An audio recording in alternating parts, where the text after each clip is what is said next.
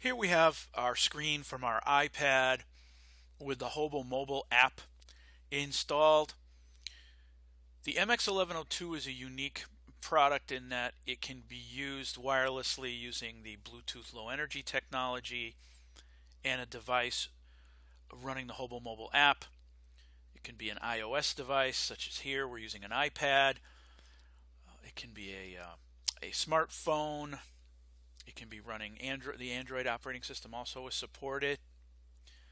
So we're going to show you some screens of the app, some scenes as they call them, to get you familiar with that. And then we're going to switch over into HOBOware because this product can be used with HOBOware via a direct USB connection as well. So to get started, again, you get the HOBOmobile app free of charge from the App Store for your iOS device or from Google Play for your Android device. So we're going to tap on the HOBOmobile icon we see here in the middle of the screen. And this is going to open our HOBOs scene in the application. So working from the top, you see there's a search bar. So you have the ability to give your MX devices a name or put them in a group. So you can search on those, or you can also search on the serial number if you know the serial number of the device. Below that we see Bluetooth Low Energy devices advertise that they're available continuously once you put batteries in them. So what we're seeing is one that's in range called test. And then we see a list of all the others that I have connected to or been in range within the last day. I'm in a different facility today, so I only see the one logger here. So to get access to this logger in order to configure it and or read out the data or get its status, etc., set a password, we tap on that to get there. The first thing I want to do before I do that, though, is down at the bottom of the screen you'll see some icons: HOBOs, data files, settings, and about. So we're in the HOBOs scene now. If we click on data files, it shows all the data files that are currently in the memory of my iPad. And this is where you can tap on to expand these. For example, if I tap on the first one, there's my graph. We're gonna go through the readout screens later. So just to show you what the data files tab does. Next to that, we have something called settings. These are global settings. The first one are time saving settings, and again, these are turned on right now. You can turn them off or on. See that? Turn them on, and then go to the time. Again, you can have the logger automatically start from its previous configuration, which is what it says, automatically start, or you can check off show configuration screen or configure screen that allows you to configure the logger for each deployment. Below that, you can allow HOBOmobile to load a previous configuration automatically. You can fill the configure screen automatically from that previous logger. So if you have multiple loggers that you want to set up the same way, you set up the first one, and then it will automatically load that same configuration in the next loggers that you connect to and go into the configuration mode. Again, you can set default start types. So you can select the previous start type, or you can have it. You can configure it so it will start now or on the next interval. Again, automatically configure that when you go into the configure screen, when you connect to the logger. And then you can also set a default name if you want to. You can use the current logger name, or you can uncheck that and put in a new name each time.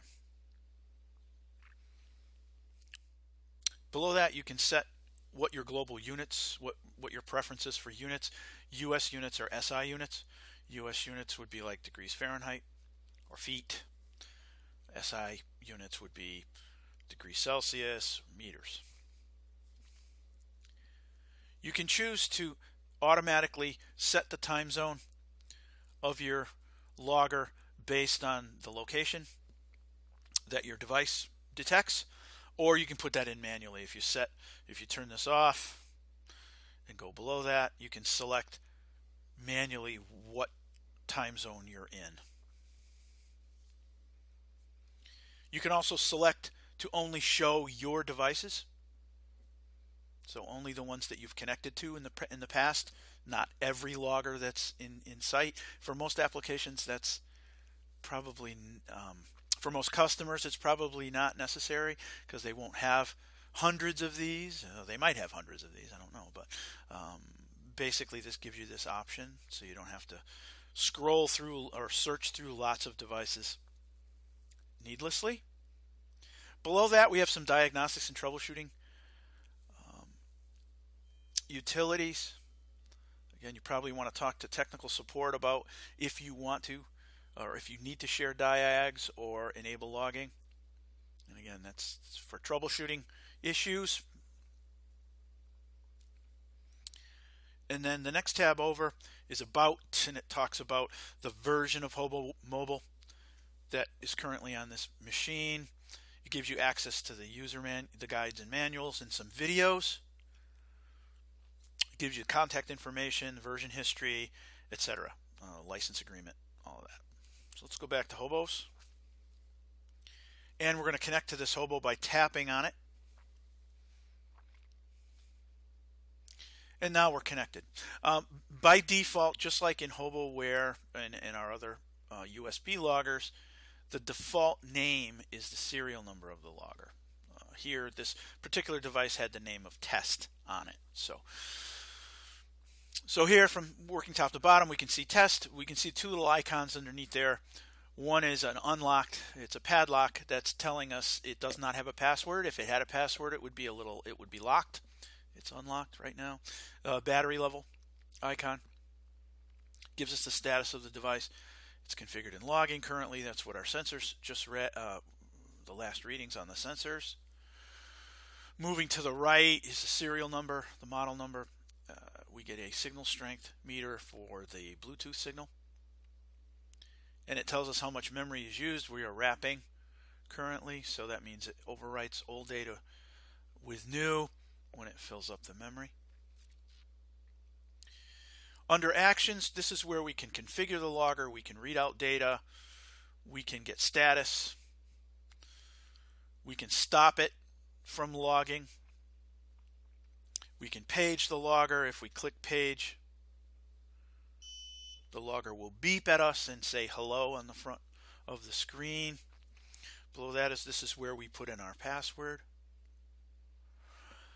If you put in a password and you forget it, there's a way to reset that by pressing two of the buttons on the front of the logger, and you can read. That's described in the manual. So let's go through the configure screen. Again, this device is logging, but there's data in there I don't really care about, so we'll click on configure. And again, the app is prompting us, are you sure you want to configure the logger? Because if we configure it and relaunch it, any data that was recorded in the logger will be overwritten and lost. So this is an important message to understand. Because there's data in here that I don't really care about, I'm just going to say yes. And now we're in the configure screen. In the configure screen, we have the ability to give the logger a name. Again, by default, the name is the serial number of the logger. We can also assign it to a group. So available groups, awesome is a great name for a group. If you have a series of loggers in different locations in a facility, it's handy to use the grouping tool to identify groups of loggers in certain locations. Makes it easier to find them. Location is obtained from the device you're using. This is my iPad connected to a Wi-Fi network, so it's getting the location from that. You can certainly turn that off in your settings, either in your iPad, and you can see that it periodically goes away. That's just because of the way my Wi-Fi network is working right now. We count the number of deployments. Just like we do with any of our UX products, a USB, there's no limit to that number of deployments. We just keep track of how many times the logger was launched. Below that, this is where we set our logging interval. Again, it can be down to once a second if we want to, or once every 18 hours, or anywhere in between. Again, this is the MX1102, the CO2 logger. So you pay a penalty for logging faster than 5 minutes because basically our battery life is based on a 5-minute or a longer logging interval, and that was based on some significant market research with some of our customers where they said 10 minutes, 15-minute logging for indoor air quality is fine. So again, this helps us maintain that 6-month battery life on the logger. If you want to log faster, you certainly can, but you do pay a penalty for logging that fast in battery life, and you will get a warning from the app, and both from the app and from HOBOware that states that you may not get your 6-month battery life if you log faster than 5 minutes. Again, both HOBOmobile and HOBOware calculate your logging duration, and there's a little I in informational button, and if you click on that, it explains what duration means and what battery life also means. We can select how we want the logger to start logging. So again, the default is now. So as soon as we hit start, it starts logging. We can start on the next logging interval. In this case, with a 5-minute interval, it waits till the next 5-minute increment to start logging. We could tell it to start on a button push. So if we select button push, we can take the logger, mount it in its location, and then press and hold that button for 3 seconds, and the logger will begin logging.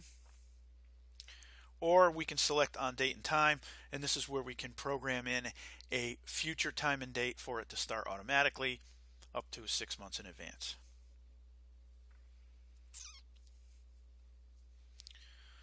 Below that, we can configure how we want the logger to react, how we want it to stop its logging. So here we can configure it to either stop when the memory fills, or we can have it wrap, which basically is what some people call circular logging or first in, first out logging, where when the memory fills, it will begin logging new data over the old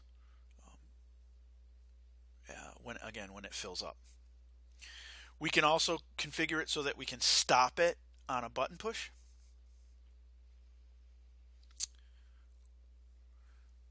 The other option is, again, for stop logging, we can configure it to stop automatically at some future time. So here we're programming in a stop time sometime in the future. Or we can say we want it to stop after a specific time has elapsed. A day, a week, a month, an hour, whatever.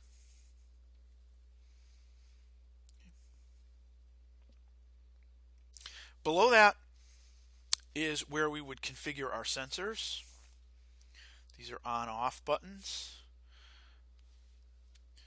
Also, this is where we configure our temperature alarms, or our alarms for each channel, I should say. Here we're in the temperature channel. If we click the little on-off button, that will enable the high alarm. Again, we set a threshold with the little slide bar. So this is a high alarm if it goes above 62.28, and again, we're in US units, so degrees Fahrenheit, we'll get that alarm. We can also set a low alarm if we want, works the same way. Duration is basically how many samples we're going to take before that alarm comes in, based in minutes. If we say 0 minutes, the next time the logger refreshes its screen, we get the alarm. Below that, we can select how we want HOBOware to accumulate those or evaluate those samples. So if we say cumulative samples and we have multiple, again, we have multiple samples, let's say 5 minutes worth of samples. If we say cumulative, they don't have to be consecutively in a row, the samples. They can be staggered, but as soon as they add up to 5 minutes worth of samples, we get the alarm. Or we can set consecutive, which means they have to be in a row.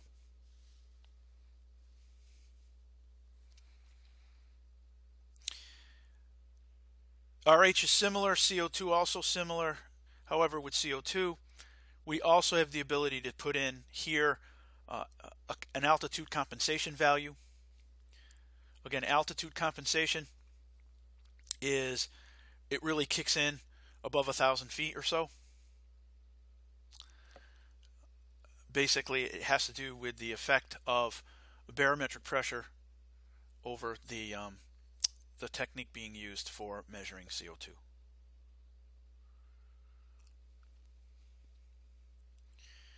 And here is where we can select if we wanted to manually or automatically calibrate itself from the factory. Both of these are enabled.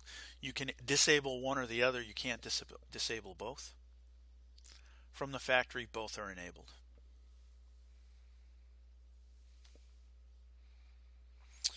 Below that, under Advanced, this is where we would select our logging mode.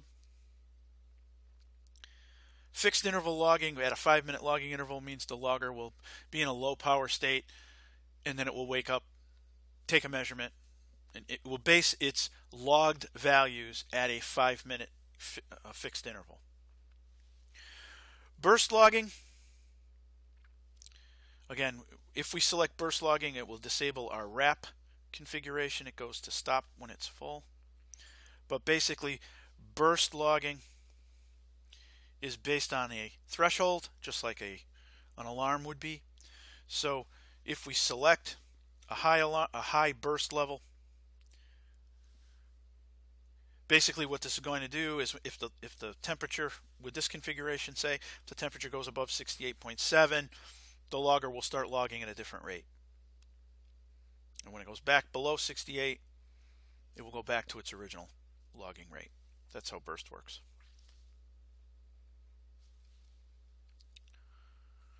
And again, this is where we would set our interval, our burst logging interval. So in this case, we have a 1 second burst interval set.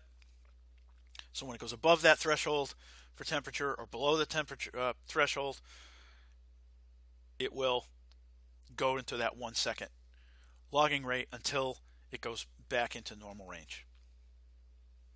And again, you can set it for, you can set burst ranges for temperature, RH, or CO2.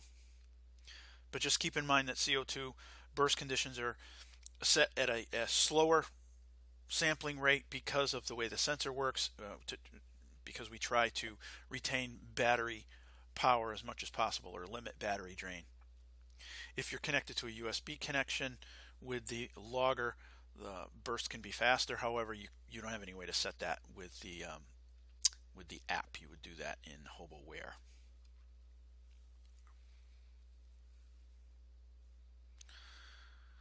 Oh, back to logging mode again. You can also set statistical logging. Statistical logging is very much just like with UX products, some of our other USB loggers. Basically, what we can do is, if we select max, min, we can select all of these if we want to. But let's just talk about average for a moment. It's a little bit easier to talk about.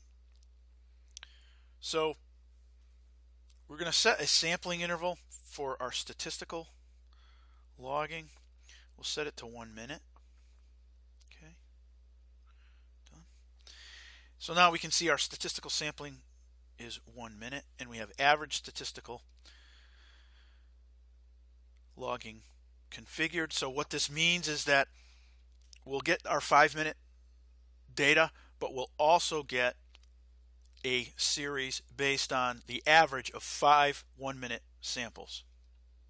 If we turn off normal right here, all we'll get is just the 1 minute, the 5 1-minute average series recorded. If we say normal, we'll get 2 series for each. So 2 series for temperature, 2 series for CO2, 2 series for RH.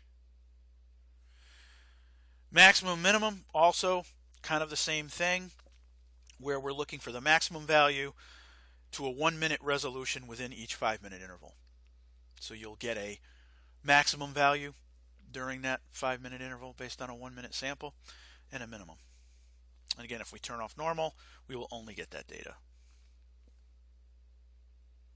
Okay. Turn those off. Go back to cancel. There we go. So those are logging modes. The other thing we can do is we can turn off the LCD if we want to. If we turn off the LCD, we can enable it again, have it come back on with a button push. Once we have the configuration screen configured, we can click Start, and the logger will be configured and begin logging.